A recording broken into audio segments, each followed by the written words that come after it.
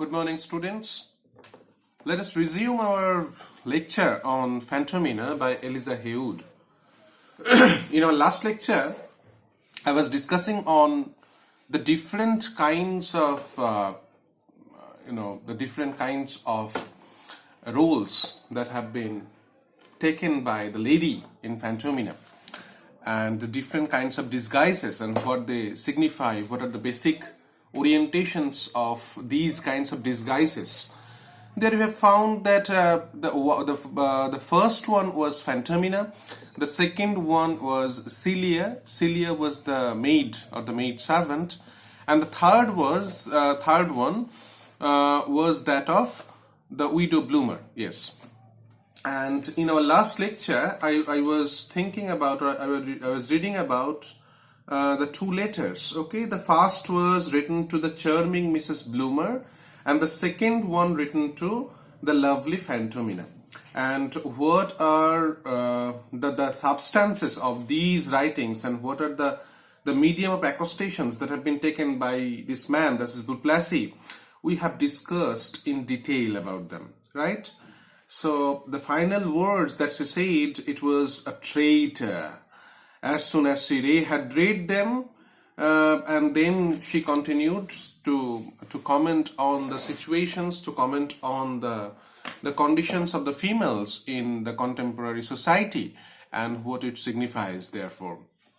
So let us resume our lecture from that particular section. Okay, it begins in this fashion.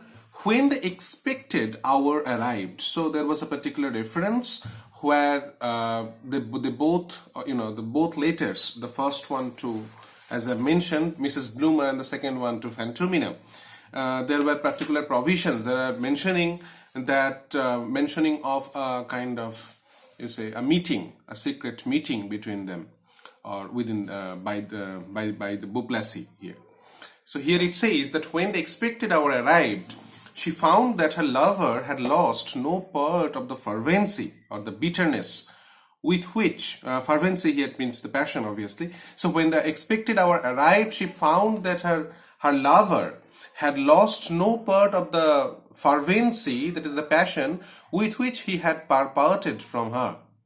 But when the next day she received him as Phantomina, it was the reference to the first one where she is playing the role of the widow bloomer, and she found Duplessis with the same passion, the same intensity of passion with which they have been parted with. But when the next day she received him as Phantomina, she perceived a prodigious difference. Ultimately, a kind of difference has been identified, which led her again into reflections on the unaccountableness of men's fancies. That means here you will find the same person is being mentioned, and the patterns of behavior that was shown to Phantomina and to widow bloomer, that were completely different, you see. So here what Eliza Haywood is identifying, that it is the unaccountableness of men's fancies. Again, you will find that the references and comments on the male sexuality, obviously. So unaccountableness of men's fancies, who still prefer the last conquest, you see. That means in spite of there are provisions, there are ample references of, say, physical proximities and physical copulations, but ultimately Eliza Haywood is trying to propagate, she's trying to say that it is men's fancy that he still prefers the last conquest. That means the last physical relations, obviously, only because it is the last. Okay, that means it actually indicates that if it is possible that in the very next day Duplessis finds any new woman, then ultimately widow bloomer will be lost. Yes, here was an evident proof of it, for there could not be a difference in merit, because they were the same person, but the widow bloomer was a more new acquaintance than Phantomina. That is the reason, actually, that it points out, obviously, and therefore esteemed more valuable. This indeed must be said of Duplessis, that he had a greater share of good nature than most of his sex. Here it has been pointed out that ultimately Duplessis cannot be considered to be a completely lecherous man, you see, but ultimately you can find in Duplessis there are some greater share of good nature, okay, than most of his sex, who for the most part, when they are wary of an intrigue, break it entirely off. That means considering the other persons, considering the other male figures, you see, that ultimately whenever there is a kind of a problem arises within the relations or so, they completely breaks entirely off without any regard to the despair of the abandoned nymph. Here the abandoned nymph is referring to the young virgin, or maybe here it is used in ironic or more general. Ultimately this is the form.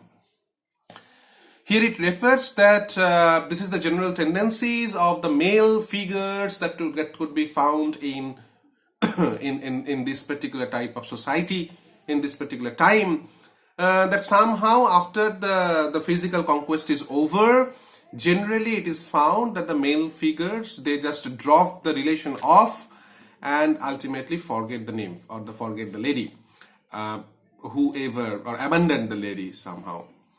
Though he retained no more than a bare pity and complaisance for Phantomina, yet believing she loved him to an excess. So here it points out that Duplessis is altogether different from the other male figures of this period. And here it says that that's why that in spite of not feeling any particular passion for Phantomina at this moment, just because Duplessis can identify that Phantomina possessed a kind of a good passion for him, that's why he cannot, or he didn't actually negate Phantomina completely. Here it says that it's a bare pity and complaisance for Phantomina, yet believing she loved him to an excess, would not entirely forsake her. So it is not the Phantomina is completely forsaken by Duplessis, though the continuance of his visits was now become rather a penance than a pleasure. So that is the thing. The two terms have been identified here by Eliza Haywood. The first one is penance and the second one is pleasure. That means the meeting with Phantomina, okay, it was a kind of it is not a kind of a pleasure to Duplessis at this moment. Why? Because she doesn't feel, or he doesn't feel, any kind of the same intensity of passion that he felt before, right? Rather, it's a kind of a penance, you see. The widow bloomer triumphed some time longer over the heart of this inconstant. So the inconstancy is obviously present in Duplessis. But now you will find that widow bloomer triumphed some time longer, you see, over the heart of this inconstant, but at length her sway was at an end. That means one time will come, the time will obviously come, the time will certainly come when this particular swaying, you see, it must come to an end. And she sunk in this character to the same degree of tastelessness, you see the term tastelessness, that is the dullness obviously, as she had done before in that of Phantomina and Celia. That means it will obviously arouse, it will obviously come the particular situation where Duplessis will not find anything positive, will not find anything charming in such a kind of a character, because it is the particular time when it becomes to some extent dull and boring for Duplessis, because she will be in hunt of any further woman, you know. The newness is, a new gloss is at the ultimate focus of these personalities, so far as the society and so far as the typical temperament of the male bodies are concerned at this time. So that's why it's a kind of a tastelessness that has been pointed out, as she had done before in that of Phantomina and Celia. She presently perceived it, but bore it as she had always done, it being but what she expected. She had prepared herself for it and had another project in embryo. That means she could identify what is happening there, because now she had already taken her ventures 3 times or thrice, and now she could identify that what is the fundamental focus of Duplessis, and now she is thinking about another project in embryo, which soon ripened into action. She did not indeed complete it altogether so suddenly as she had done the others. By reason there must be persons employed in it. So ultimately what she is thinking about, what she is plotting or scheming about at this moment, she is not doing in a twinkling of an eye, you see. Why? Because she is preparing for it. In the previous sections you will find that if whether it is the matter of Phantomina or whether it is a matter of Celia or maybe Widow Bloomer, you have found that ultimately the lady was preparing very fast. But in this case, that is the fourth case, you will find that she is taking time. So that's why it says that she didn't indeed complete it altogether so suddenly as she had done the others. By reason, there must be persons employed it, you see. And the aversion she had to any confidence in her affairs. Okay, so the confidence are actually referring to the persons who must have to be engaged in such kind of, thinking, in such kind of processing. So that's why she says that she didn't indeed complete it altogether so suddenly as she had done the others. By reason, there must be persons employed in it. And the aversion she had to any confidence in her affairs. And the caution, the terms like the aversion, caution. So these are the terms that actually comments on the situation, the comments on the activities of this lady. And the aversion she had to any confidence in her affairs, and the caution with which she had hitherto acted, and which she was still determined to continue. That means she has to be cautious. Why? Because she doesn't want to make it known to others, you see. Because she has to keep her own secrets. She has to keep her own promises. She has to keep her own position, obviously. The typical societal, obligatory principles and rules and principles that have been, thrust on her. She must partook in such a kind of a situation. So that's why she must have to be cautious.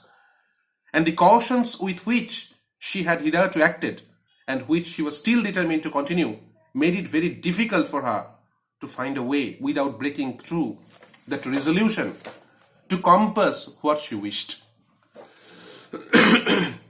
She got over the difficulty at last, however, proceeding in a manner, if possible, more extraordinary than all her former behavior. Muffling herself up in her hood one day. So this is a particular kind of a description, you see, that how this lady has made the situation right for her activities. Ultimately, these are the descriptions.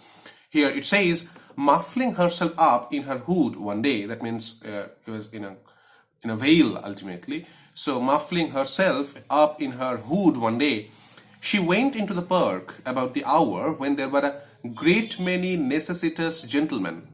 Okay, so she went to a park, and it was a time when you can find there are the necessitous gentlemen who think themselves above doing what they call little things for a maintenance, walking in the mall. That means fashionable pedestrian concourse in St. James's Park in London.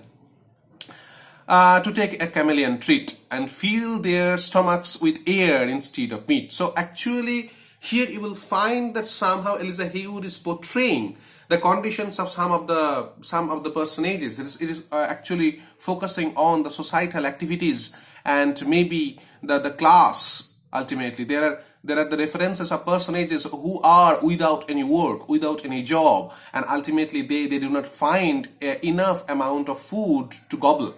Rather, these are the heirs that have been taken in consideration. The persons are without job, without any work, and they are engaged in a kind of meaningless loitering in the parks. And somehow two of those, that means here you will find that the lady has identified two of those personalities who are without job, without any money, without any work, and ultimately they are passing their times meaninglessly.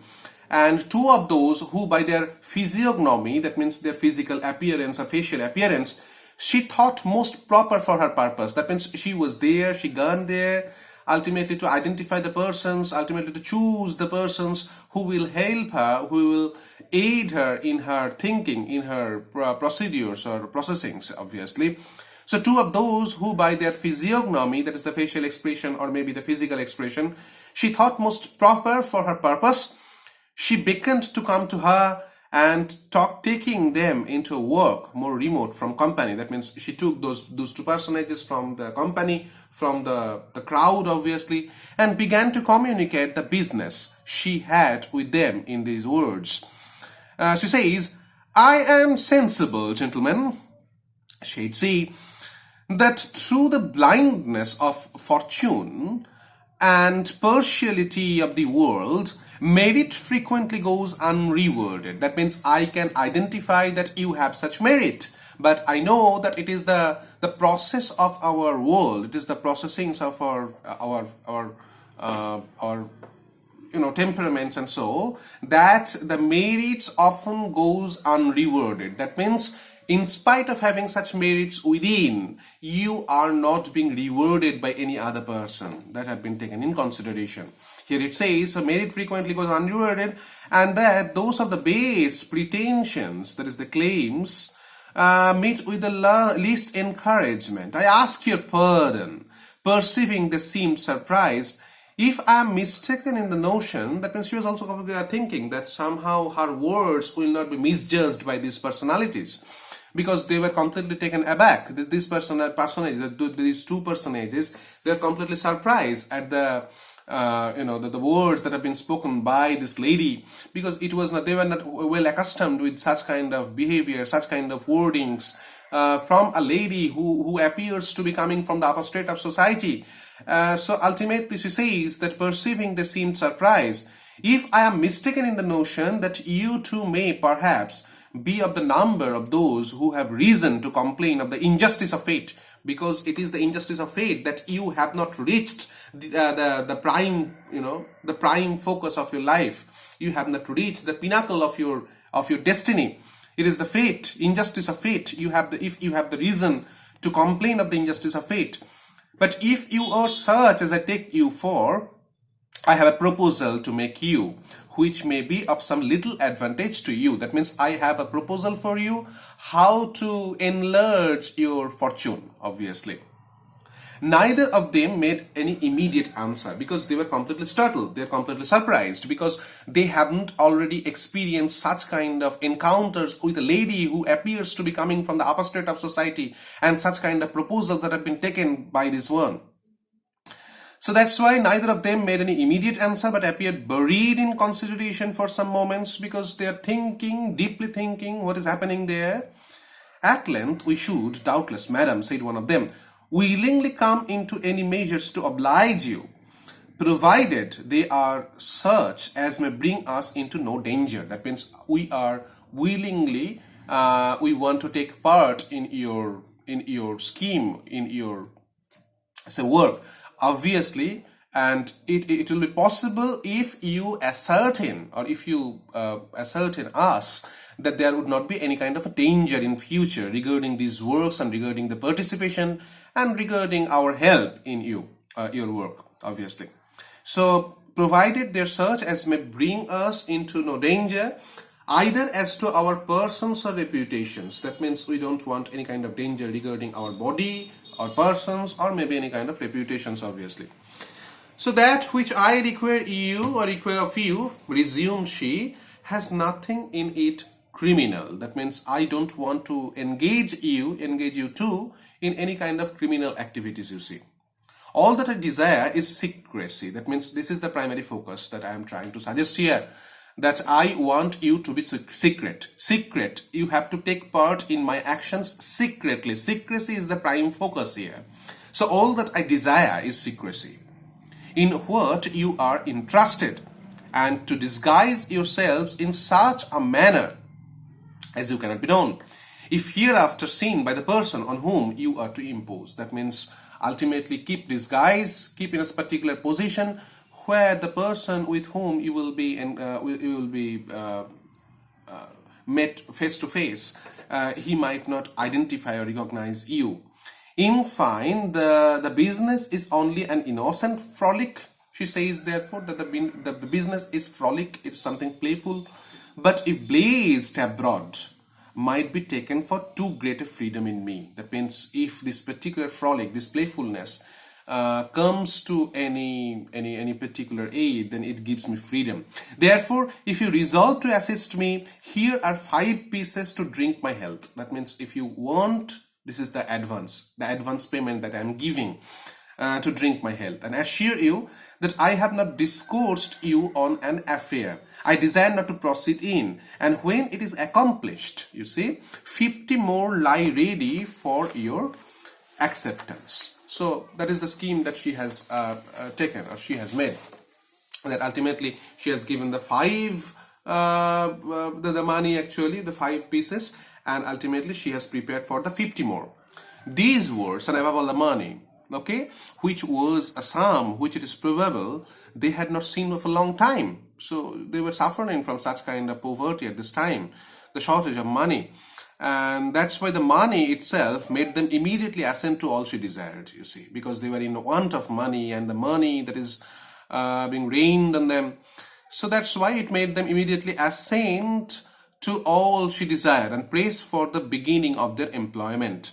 But things were not yet ripe for execution, and she told them that the next day they should be let into the secret, charging them to meet her in the same place at an hour she appointed. That means they will meet in the same situation, in the same place, in the garden probably. Okay, it is hard to say which of these parties went away best pleased. Okay, so that is the comment, the authorial comment, obviously, because which one is best pleased, it is not to be identified. Why? Because it was true that the lady was pleased by the situation, and ultimately the two, because they have got the employment, they have got the money that they were in need.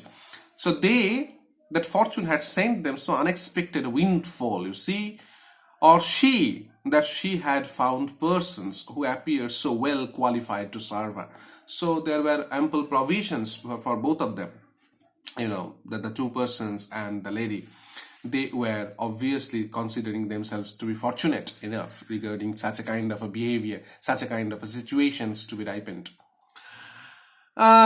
Indefatigable, that is untiring in the pursuit of whatsoever her humor was bent upon, she had no sooner left her new engaged emissaries than she went in search of a house for the completing her project. That means the first part has been prepared. That means the two emissaries have been employed, and now the lady was completely untiring in her pursuits. The lady is preparing in search of a house for the completing her project, because you know the ultimate focus is to be united with Beauplessis again, right? So that's why for this particular project she needs a lodging, she needs a home or house. She pitched on one very large and magnificently furnished, which she hired by the week, giving them the money beforehand to prevent any inquiries. So she identified them the house and provided the advance payment so that no much inquiry arose in front of her. The next day she repaired to the park again.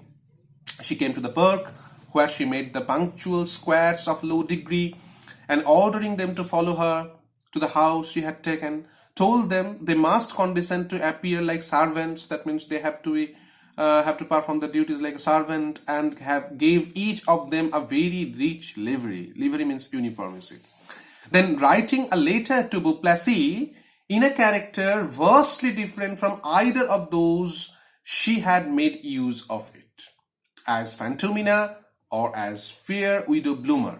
Okay, so she wrote a letter completely different in a completely different way, in a completely different manner, you see, and ordered one of them to deliver it into his own hands, to bring back an answer, and to be careful that he shifted out nothing of the truth.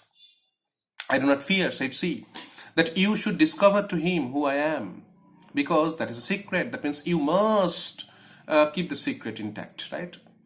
Of which you yourselves are ignorant.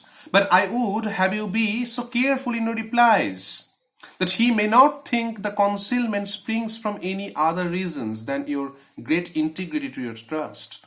That means what she proposes, and that somehow whenever it will happen, certainly that Beauplessis will ask about the person, and she informs the two messengers, you see, that ultimately you must not disclose the secrecy in front of Beauplessis first. Second, that it must not be thought about that I have instructed you not to deliver my whereabouts, or not to say anything about my existence or and my appearance. Rather, it must show that it is the integrity to your trust, that it is the actual reason why you are not disclosing my whereabouts or anything else. Seem therefore to know my whole affairs, and let your refusing to make him partaker in the secret appear to be only the effect of your zeal for my interest and reputation. That means it is your zeal for my interest and reputation. That's why you remain dumb to my appearance, to my reality, you see. Promises of entire fidelity on the one side and reward on the other being passed, the messenger made what haste he could to the house of Buplassy, and being there, told where he might find him, performed exactly the injunction that had been given him, but never astonishment exceeding that which Buplassy felt at the reading this billet. Billet means the letter actually. Buplassy was completely surprised, Buplassy was completely taken aback by reading such kind of a letter, in which he found these lines. What are written in these lines? I'm reading. It is the letter number 3, as I have already mentioned. The first 2. It is the third one, and it was from an incognita. You know what is incognita? Incognita means, it's a kind of a.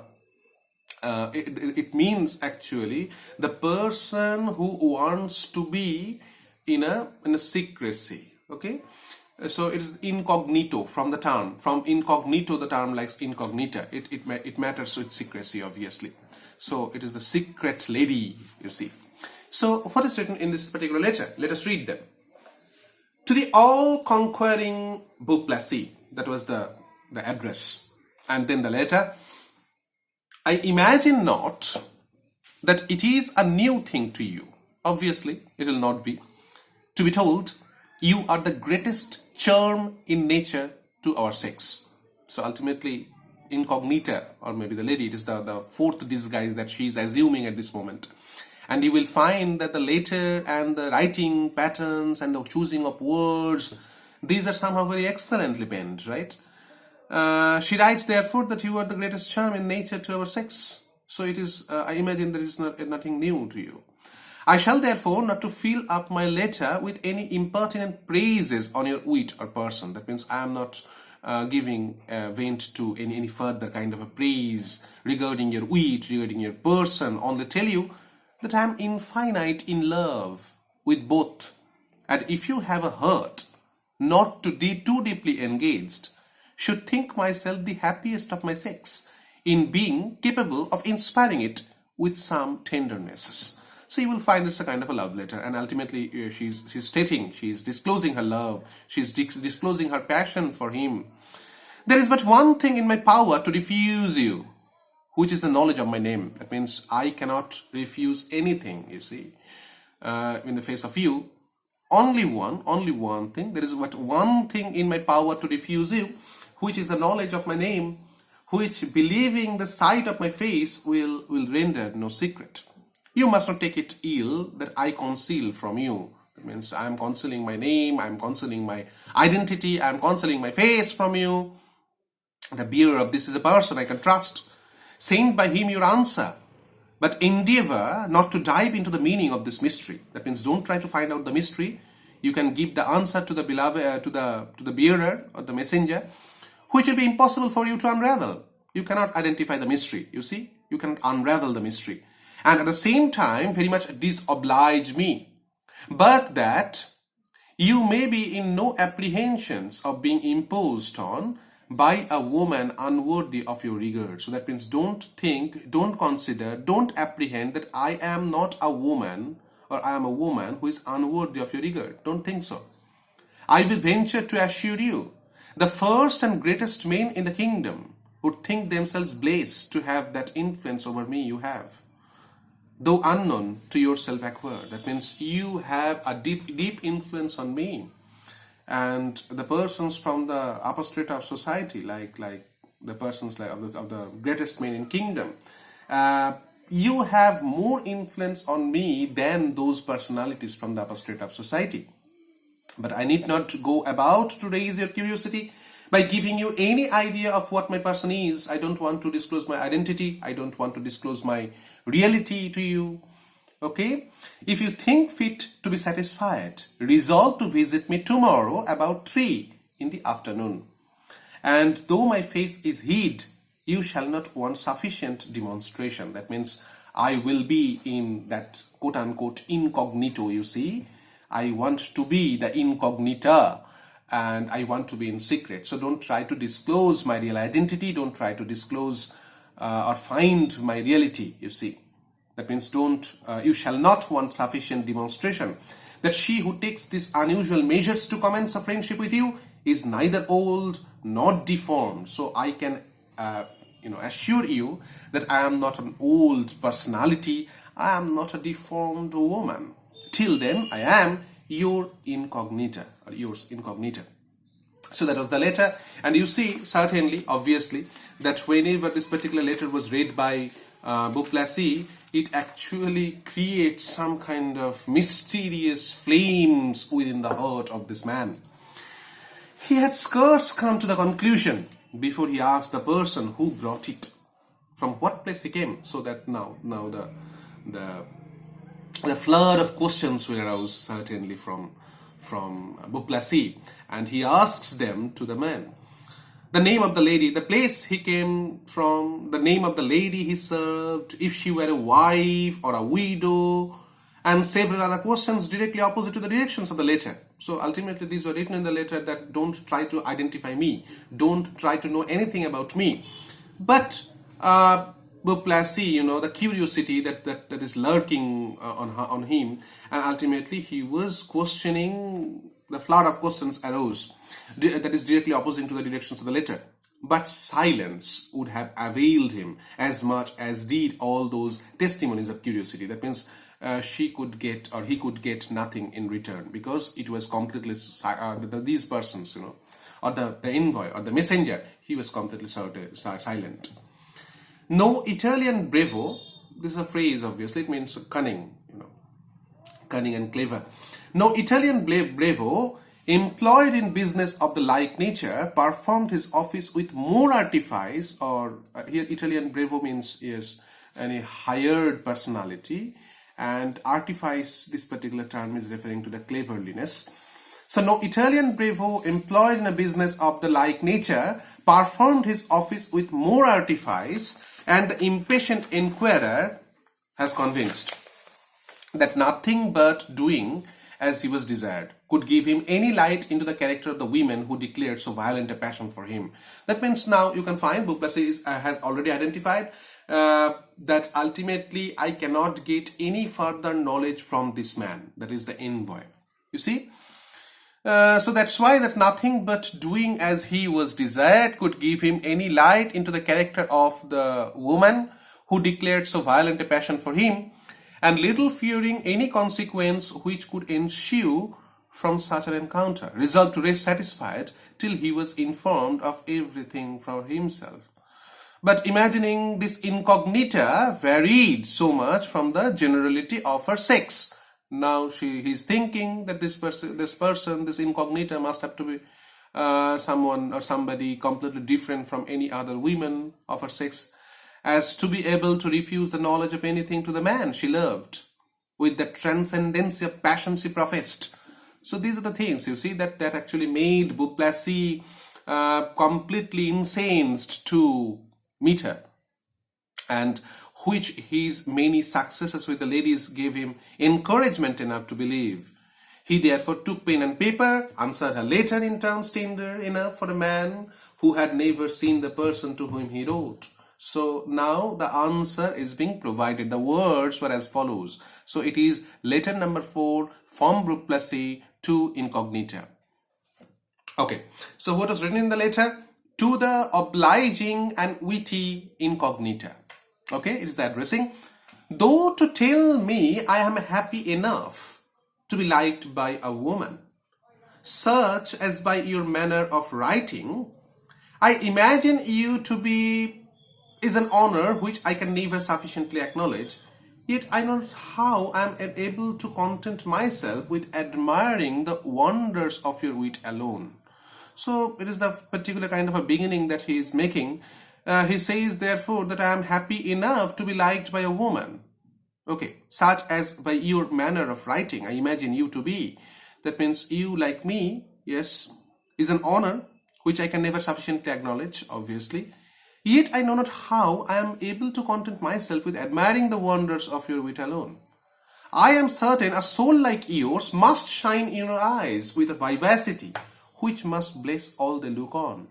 That means, you see that somehow Beauplessis is acknowledging the particular fact that he is in want of meeting with her, obviously, and he wants to take a look of her face.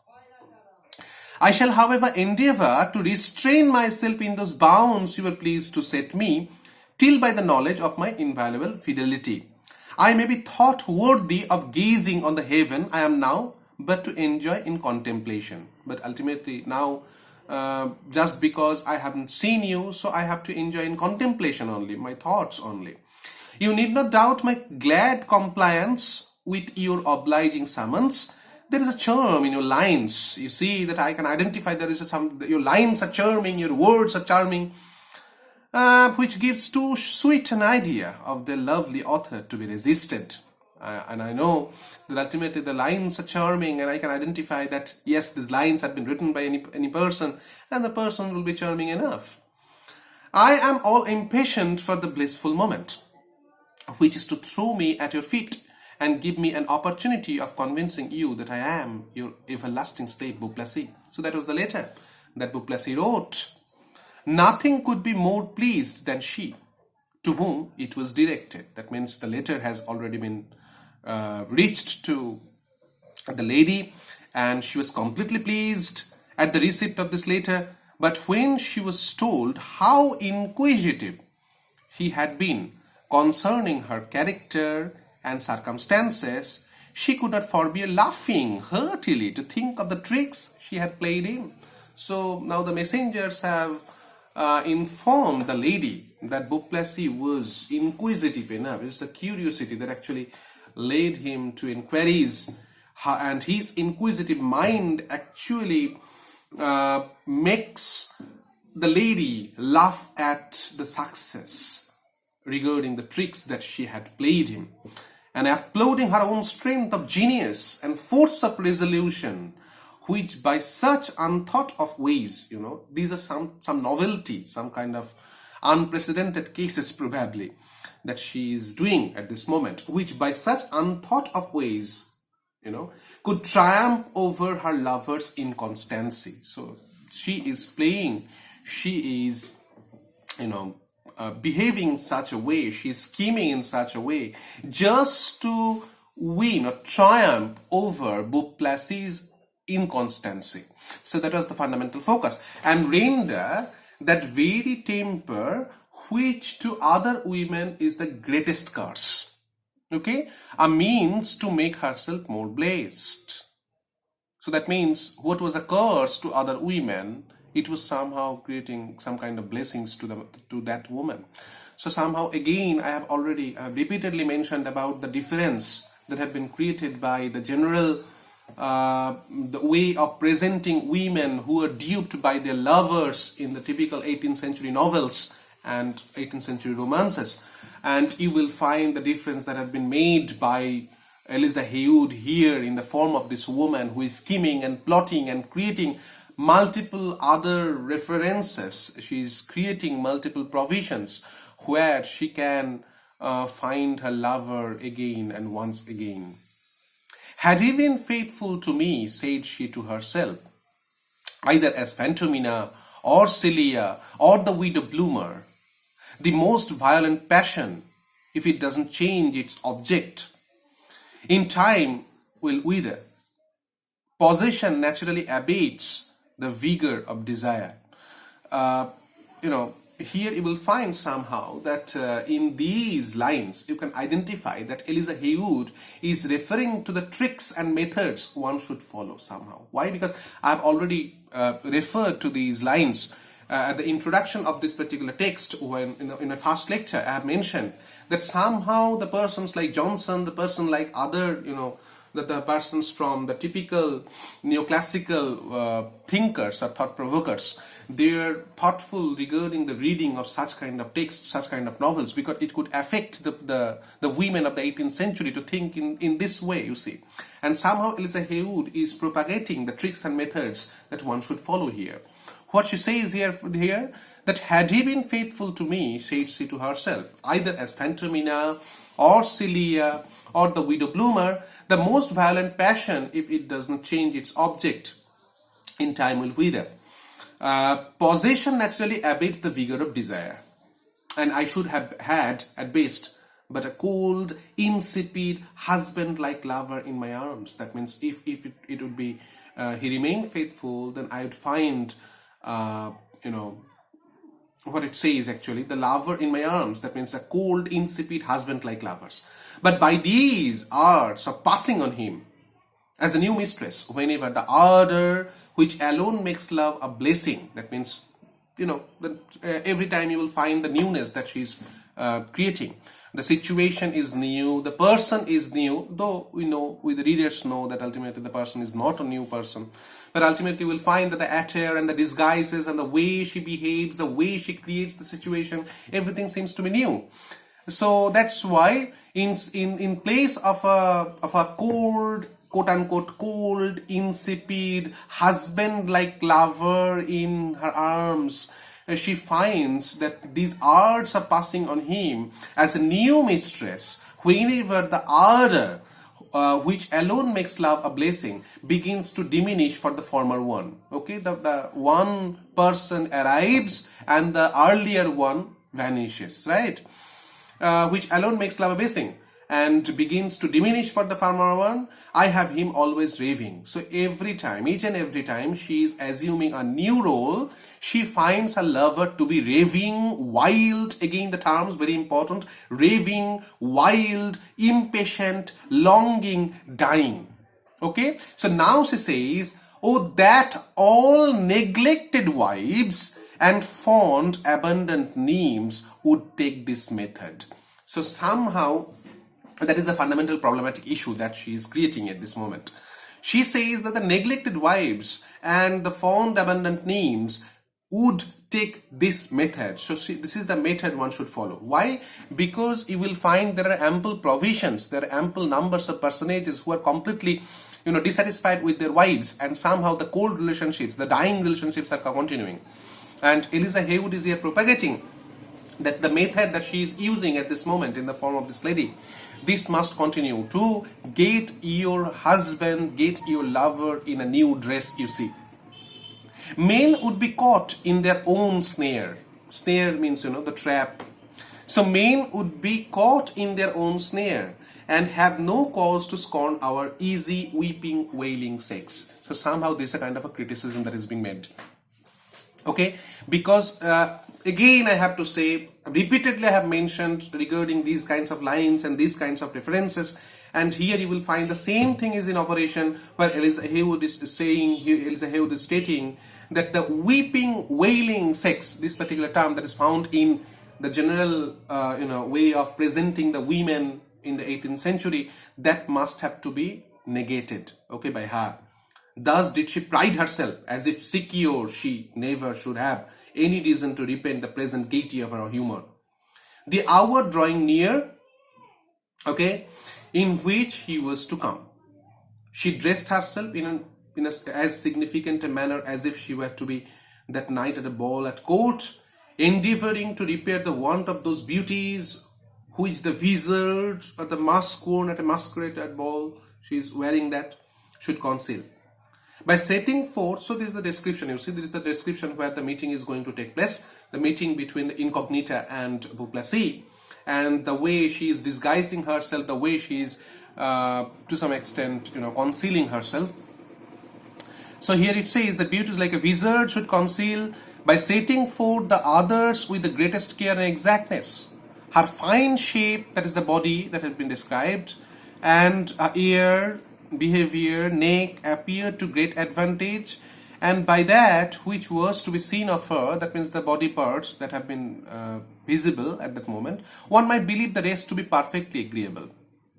Beauplessis was prodigiously charmed as well with her appearance as with the manner she entertained him. The manner was completely different from the previous ones. And Beauplessis was obviously charmed, prodigiously charmed as well with her appearance as with the manner she entertained him.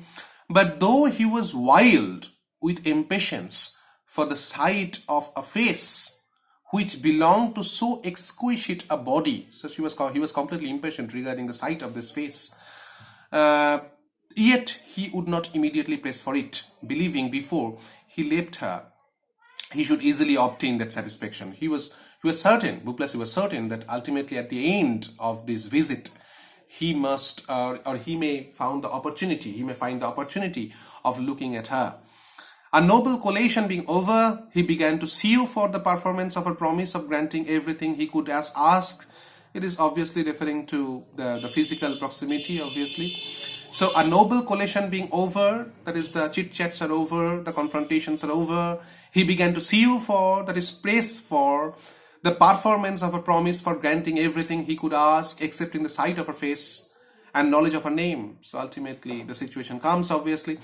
It would have been a ridiculous piece of affectation in her to have seemed coy in employing or complying with what she herself had been the first in desiring. So she was desiring him, but ultimately she was remaining coy or shy. She wielded without even a show of reluctance. And if there be any true felicity in an amour such as theirs, both here enjoyed it to the full.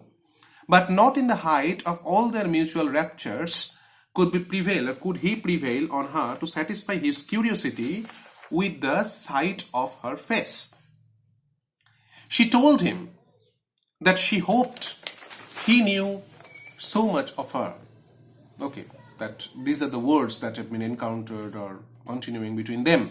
She told him that she hoped he knew so much of her as might serve to convince him she was not unworthy of his tenderest regard. Okay, and if he could not content himself with that which he was willing to reveal, and which was the conditions of the meeting, dear as he was to her, she would rather part with him forever than consent to gratify an inquisitiveness which in her opinion had no business with his love. So ultimately it's a kind of a warning that she is giving, that don't try to know me, don't try to know my face, because ultimately if you go further, then this particular kind of a love affair will not continue further. So it was in vain that he endeavored to make her sensible of her mistake, and that this restraint was the greatest enemy imaginable to the happiness to them both. Okay, that was the kind of the argument that he is creating. She was not to be persuaded, but ultimately she was not to be persuaded, and he was obliged to desist the solicitations, though determined in his mind to compass what he so ardently desired before he left the house. He then turned the discourse wholly on the violence of the passion he had for her. So now you will find that somehow the primary focus, the ultimate focus of his words, it had changed into the sexual implications and expression passions, obviously, and expressed the greatest discontent in the world at the apprehensions of being separated. So these are the casual words that have been taken. Swore he could dwell forever in her arms, and with such an undeniable earnestness, pressed to be permitted to tarry with her the whole night. So that is the thing that he is stating at this moment, that he was earnestly pressing for the permission to tarry with her the whole night. Okay, that had she been less charmed with his renewed eagerness of desire, she scarce would have had the power of refusing him, you see. Okay, that means she couldn't refuse Beauplessis at this moment. But in granting this request, there is a particular kind of a chance, a particular kind of a thought Beauplessis was possessing at this moment, that it might be possible that if he resides with this lady further, you see, the whole night, it might be possible that with the morning, or when the morning comes, with the morning lights, you see, it might be possible for Beauplessis to take a look at the face of this lady and know the lady further, you see. Beauplessis was thinking, regarding this. So that's why it says that had she been less charmed with his renewed eagerness of desire, she scarce would have had the power of refusing him. But in granting this request, she was not without a thought that he had another reason for making it besides the extremity of his passion. Yes, the lady could identify. That is, the lady could identify that what was the actual reason why Beauplessis was pressing so far to be with the lady for the whole of night. It might be something, it is not simply the passion, you see, rather it is indicating something extra. And what was the extra thing? It is the revelations or something like. So that's why it says that we would have thought that he had another reason for making it besides the extremity of his passion, and had it immediately in her head how to disappoint him. So she was also could identify that what was going on within the mind of Beauplessis and how to deceive him in this particular matter, and how the meeting was going and what was the result of this going. So probably it will be the last lecture on Phäntomina, and we will discuss it further in our next lecture. So today, up to this, go through the text carefully and listen to this particular video carefully. So today, up to this, thank you.